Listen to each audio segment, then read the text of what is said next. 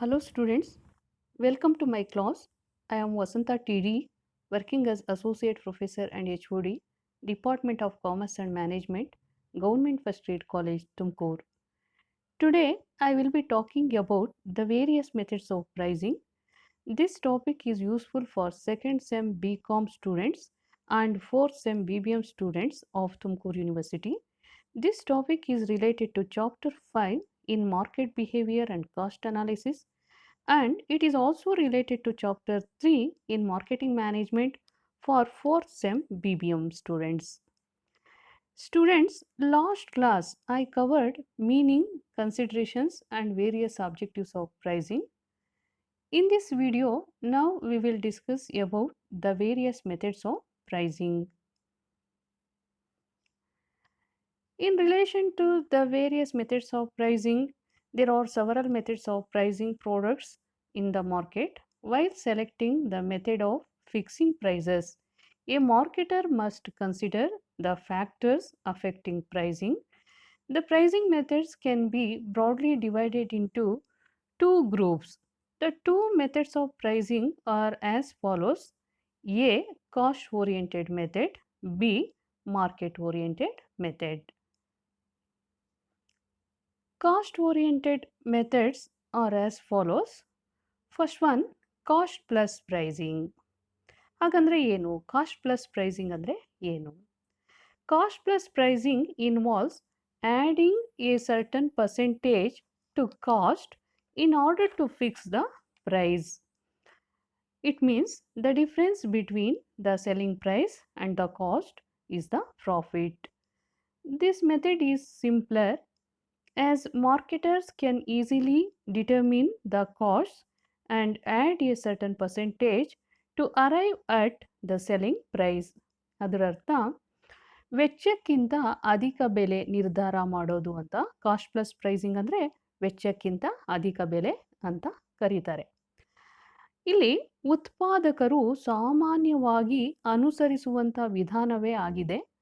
ಈ ವಿಧಾನದ ಪ್ರಮುಖ ಅಂಶವೇನೆಂದರೆ ಸರಾಸರಿ ವೆಚ್ಚಕ್ಕೆ ಯೋಗ್ಯವಾದ ಲಾಭದ ಪ್ರಮಾಣವನ್ನು ಸೇರಿಸಿ ಬೆಲೆಯನ್ನು ನಿಗದಿ ಮಾಡಲಾಗುತ್ತದೆ.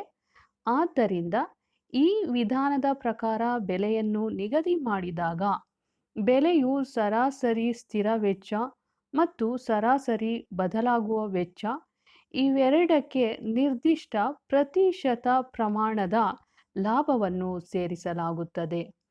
ಅಂದರೆ ಟೋಟಲ್ ಕಾಸ್ಟ್ಗೆ ಸರ್ಟನ್ ಪರ್ಸೆಂಟೇಜನ್ನು ಆ್ಯಡ್ ಮಾಡಿ ಪ್ರೈಸನ್ನು ಫಿಕ್ಸ್ ಮಾಡ್ತಾರೆ. Next one, markup pricing. In case of markup pricing, it is the variation of cost pricing.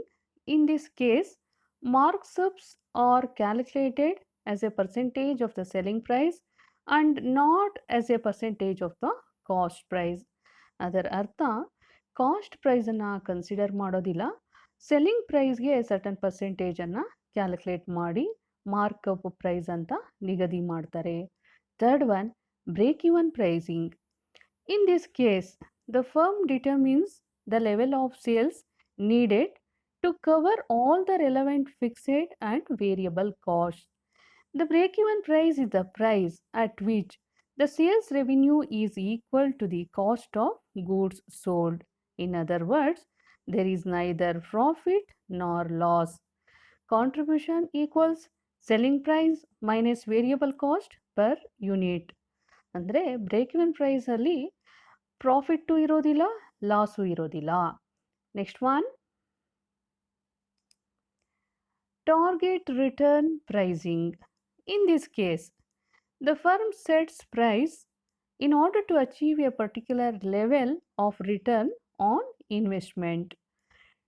That means target return price equals total cost plus desired percentage of ROI.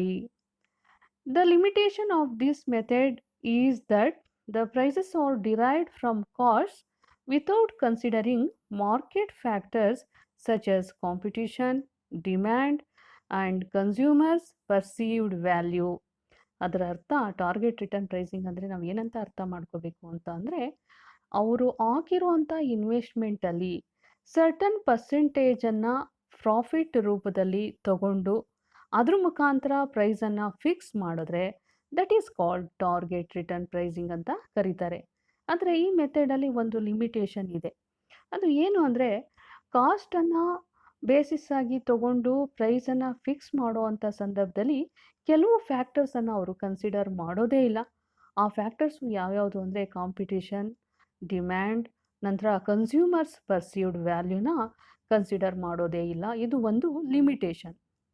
Next one, early cash recovery pricing. ಅದರ ಅರ್ಥ ಏನು? Some firms may fix a price to realise early recovery of investment involved when market forecasts suggest that the life of the market is likely to be short, such as in the case of fashion related products or technology sensitive products. ಅಂದರೆ ಏನಂತ ಅರ್ಥ ಮಾಡ್ಕೋಬೇಕು? ಶೀಘ್ರವಾಗಿ ನಗದು ಹಣ ಪಡೆಯುವುದು, ಸರಕುಗಳು ಬೇಗನೆ ಮಾರಾಟವಾಗಿ ತಮಗೆ ನಗದು ಹಣ ಪಡೆಯಲು ಮತ್ತು ತನ್ಮೂಲಕ ತಮ್ಮ ಹಣಕಾಸಿನ ಅಡಚಣೆಯನ್ನು ನಿವಾರಿಸಲು ಸಾಧ್ಯವಾಗಬೇಕೆಂಬ ದೃಷ್ಟಿಯಿಂದ ಕೆಲವು ಸಂಸ್ಥೆಗಳು ಕಡಿಮೆ ಬೆಲೆಯನ್ನು ನಿಗದಿ ಮಾಡಬಹುದಾಗಿದೆ. Here, such pricing can also be used when a firm anticipates that a large firm may enter the market in the near future with its lower prices, forcing existing firms to exit. Another thing is that in such situations, firms may fix a price level which would maximize short-term revenues and reduce the firm's medium-term risk. Next one, B, market-oriented method. In market-oriented method, the first pricing method is that perceived value pricing. In case of perceived value pricing, we can come across several points. The first one is a good number of firms fix the price of their goods and services on the basis of customers' perceived value. They consider customers' perceived value as the primary factor for fixing prices and the firm's cost as the secondary. The customer's perception can be influenced by several factors such as advertising, sales on techniques, effective sales force, and after sales service staff.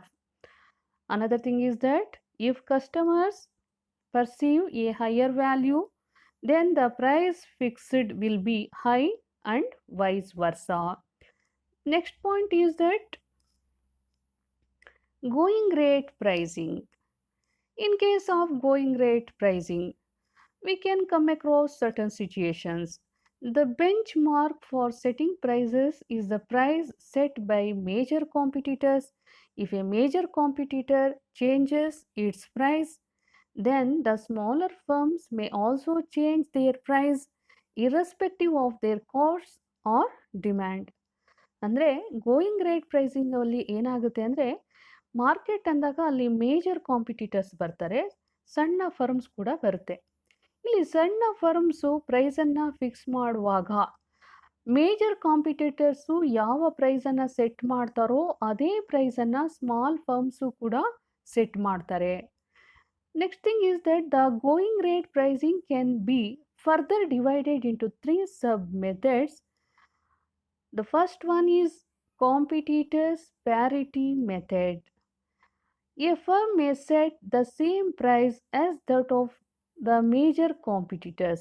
ಅದರ ಅರ್ಥ ನೋಡಿ, competitors parity ಮೆಥಡಲ್ಲಿ usually firm ಯಾವ ರೀತಿ ಪ್ರೈಸನ್ನು set ಮಾಡುತ್ತೆ ಅಂದರೆ major competitors ಏನು ಪ್ರೈಸನ್ನು set ಮಾಡಿರ್ತಾರೋ ಅದೇ ಪ್ರೈಸನ್ನು same ಪ್ರೈಸನ್ನು set ಮಾಡೋದನ್ನು ನಾವು ಇಲ್ಲಿ ಅಬ್ಸರ್ವ್ ಮಾಡ್ತೀವಿ.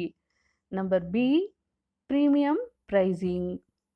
ಪ್ರೀಮಿಯಂ ಪ್ರೈಸಿಂಗ್ ಅಂದರೆ ಏನು? A firm may charge a little higher if its products have some additional special features as compared to major competitors. ಅಂದರೆ ಮೇಜರ್ ಕಾಂಪಿಟೀಟರ್ಸ್ಗೆ ಕಂಪೇರ್ ಮಾಡಿದ್ರೆ ಸಪೋಸ್ ತಾವು ಉತ್ಪಾದನೆ ಮಾಡಿರುವಂಥ ಪ್ರಾಡಕ್ಟಲ್ಲಿ ಸ್ವಲ್ಪ ಎಕ್ಸ್ಟ್ರಾ ಸ್ಪೆಷಲ್ ಫೀಚರ್ಸ್ ಏನಾದ್ರು ಇದ್ದರೆ ಆಗ ಸ್ವಲ್ಪ ಹೆಚ್ಚು ಬೆಲೆಯನ್ನು ನಿಗದಿ ಮಾಡ್ತಾರೆ. So that is called premium pricing.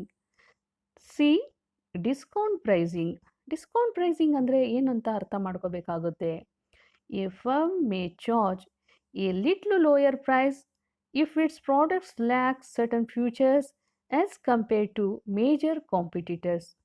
ನಿಮಗೆಲ್ಲ ಗೊತ್ತಿರೋ ಹಾಗೆ ಮೇಜರ್ ಕಾಂಪಿಟಿಟರ್ಸ್ ಇರ್ತಾರೆ, ಅದರ ಜೊತೆಗೆ ಸ್ಮಾಲ್ ಫರ್ಮ್ಸು ಇರುತ್ತೆ. ಈಗ ಸ್ಮಾಲ್ ಫರ್ಮ್ಸು ತಮ್ಮ ಪ್ರಾಡಕ್ಟ್ಸ್ಗೆ ಪ್ರೈಸಸ್ಸನ್ನು ಫಿಕ್ಸ್ ಮಾಡುವಂಥ ಸಂದರ್ಭದಲ್ಲಿ ಏನಾದರೂ ಸ್ವಲ್ಪ ಫ್ಯೂಚರ್ಸು ಕಡಿಮೆ ಏನಾದ್ರು ಇತ್ತು ಅಂದರೆ ಆಗ ಸ್ಮಾಲ್ ಫರ್ಮ್ಸು ಅತಿ ಕಡಿಮೆ ಬೆಲೆಯನ್ನು ಫಿಕ್ಸ್ ಮಾಡ್ತಾರೆ. So that is called lower price. Lower price ಅಂದರೆ ಏನು? Discount pricing. Next one, sealed bid pricing. This pricing is adopted in the case of large orders or contracts, especially those of industrial buyers or government departments. The firms submit sealed bids for jobs in response to an advertisement. If a firm wants to win a contract, then it has to submit a lower price bid. For this purpose, the firm has to anticipate the pricing policy of the competitors and decide the price offer. ಅಂದರೆ sealed ಬಿಡ್ ಪ್ರೈಸಿಂಗಲ್ಲಿ ಅದು ಯಾವಾಗ applicable ಆಗುತ್ತೆ ಅಂದರೆ ಯಾವುದಾದ್ರು large ಆರ್ಡರ್ಸನ್ನು ತಗೊಳ್ಳುವಾಗ ಅಥವಾ ಕಾಂಟ್ರಾಕ್ಟ್ಸನ್ನು ಮಾಡುವಾಗ ಅದು ನಾವು ಏನಂತ ಕರಿತೀವಿ ಅಂದರೆ ಸ್ಪರ್ಧಾತ್ಮಕ ಬೆಲೆ ನಿರ್ಧಾರ ಅಂತ. ಇಲ್ಲಿ ಯಾವುದೇ ಒಂದು ಕಾಂಟ್ರಾಕ್ಟನ್ನು ತಾನು ಪಡಿಬೇಕು ಅಂತ ಕಂಪನಿ ಭಾವಿಸಿದ್ರೆ, ಫರ್ಮ್ ಭಾವಿಸಿದ್ರೆ ಆಗ ಅದು ಏನು ಮಾಡಬೇಕಾಗುತ್ತೆ ಅಂದರೆ ಲೋಯರ್ ಪ್ರೈಸನ್ನು ಬಿಡ್ ಮಾಡಬೇಕಾಗುತ್ತೆ. ಹಾಗಾಗಿ ಅದು ಆ್ಯಂಟಿಸಿಪೇಟ್ ಮಾಡಬೇಕಾಗುತ್ತೆ. ಅಂದರೆ ಕಾಂಪಿಟೀಟರ್ಸು ಯಾವ ರೀತಿ ಪ್ರೈಸಿಂಗ್ ಪಾಲಿಸಿಯನ್ನು ಮಾಡ್ತಾರೆ ಅಂತ ಮುಂಚಿತವಾಗಿ ಅಂದಾಜು ಮಾಡಿ ನಂತರ ಪ್ರೈಸನ್ನು ಕೊಡಬೇಕಾಗುತ್ತೆ, ಆಫರ್ ಮಾಡಬೇಕಾಗುತ್ತೆ. So that is called sealed bid pricing. Fourth one, differentiated pricing. ಏನದು ಡಿಫ್ರೆನ್ಷಿಯೇಟೆಡ್ ಪ್ರೈಸಿಂಗ್ ಅಂದರೆ firms may charge different prices for the same product or service. ಅಂದರೆ ಫರ್ಮ್ಸು ಒಂದೇ ಪ್ರಾಡಕ್ಟ್ಸ್ಗೆ ಬೇರೆ ಬೇರೆ ಬೆಲೆಯನ್ನು ನಿಗದಿ ಮಾಡುತ್ತೆ. ಅದು ಯಾವುದು ಅಂತ ನೋಡೋಣ. Number A, customer segment pricing. Here, different customer groups are charged different prices for the same product or service depending upon the size of the order, payment terms and so on. ಅದರ ಅರ್ಥ ಏನು? Customer segment pricing ಅಂದರೆ ಏನಂತ ಅರ್ಥ ಮಾಡ್ಕೋಬೇಕಾಗುತ್ತೆ. ಒಂದೇ ಥರದ ಪ್ರಾಡಕ್ಟ್ಗೆ ಅಥವಾ ಒಂದೇ ರೀತಿಯ ಸರ್ವಿಸಸ್ಗೆ ಬೇರೆ ಬೇರೆ ರೀತಿಯ ಬೆಲೆಯನ್ನು ಚಾರ್ಜ್ ಮಾಡ್ತಾರಲ್ಲ, that is called customer segment pricing. B, time pricing. Here, different prices are charged for the same product or service at different timings or season. It includes off-peak pricing, where low prices are charged during low demand tunings or season. ಅಂದರೆ ಏನಂತ ಅರ್ಥ ಮಾಡ್ಕೋಬೇಕು? ಒಂದೇ ಪ್ರಾಡಕ್ಟ್ಗೆ ಬೇರೆ ಬೇರೆ ಬೆಲೆಯನ್ನು ನಿಗದಿ ಮಾಡ್ತಾರೆ. It includes off peak pricing ಅಂತ ಹೇಳಿದ್ದೀನಿ. ಅದರ ಅರ್ಥ ಏನು? ಯಾವಾಗ ಪ್ರಾಡಕ್ಟ್ಗೆ ತುಂಬ ಲೋ ಡಿಮ್ಯಾಂಡ್ ಇರುತ್ತೋ ಅಂಥ ಸಂದರ್ಭದಲ್ಲಿ ಆ ಥರದ ಪ್ರಾಡಕ್ಟ್ಸ್ಗೆ ಲೋ ಪ್ರೈಸನ್ನು ಫಿಕ್ಸ್ ಮಾಡ್ತಾರೆ. C, area pricing. In case of area pricing, here different prices are charged for the same product in different market areas. For instance, a firm may charge a lower price in a new market to attract customers. ಅಂದರೆ area ಪ್ರೈಸಿಂಗಲ್ಲಿ ಯಾವುದಕ್ಕೆ ತುಂಬ ಇಂಪಾರ್ಟೆನ್ಸನ್ನು ಕೊಡ್ತಾರೆ ಅಂದರೆ different market ಏರಿಯಾಸ್ಗೆ ಕೊಡ್ತಾರೆ. ಅಂದರೆ ಹೊಸ ಮಾರುಕಟ್ಟೆಯಲ್ಲಿ ಅತಿ ಕಡಿಮೆ ಬೆಲೆಯನ್ನು ಫಿಕ್ಸ್ ಮಾಡ್ತಾರೆ. ಯಾಕೆ ಅಂದರೆ ಹೆಚ್ಚು ಜನ ಕಸ್ಟಮರ್ಸನ್ನು ಅಟ್ರ್ಯಾಕ್ಟ್ ಮಾಡೋದಕ್ಕೆ. Next D, product form pricing. In case of product form pricing, we can observe the situation that here different versions of the product are priced differently but not proportionately to their respective costs.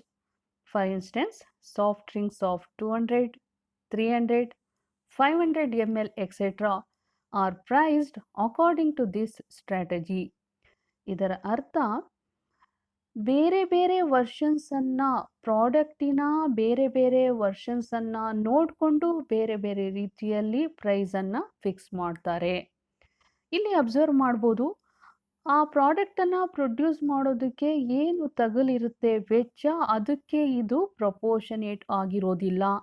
ಅಂದರೆ ಈ soft ಡ್ರಿಂಕ್ಸನ್ನು observe ಮಾಡಿದಾಗ for example 200 ml ಆಗಿರ್ಬೋದು, 300 ml ಆಗಿರ್ಬೋದು ಅಥವಾ 500 mlಗೂ ಕೂಡ ಪ್ರೈಸಸನ್ನು ಇದೇ ಸ್ಟ್ರಾಟಜಿಯನ್ನು ಬಳಸ್ಕೊಂಡು fix ಮಾಡ್ತಾರೆ.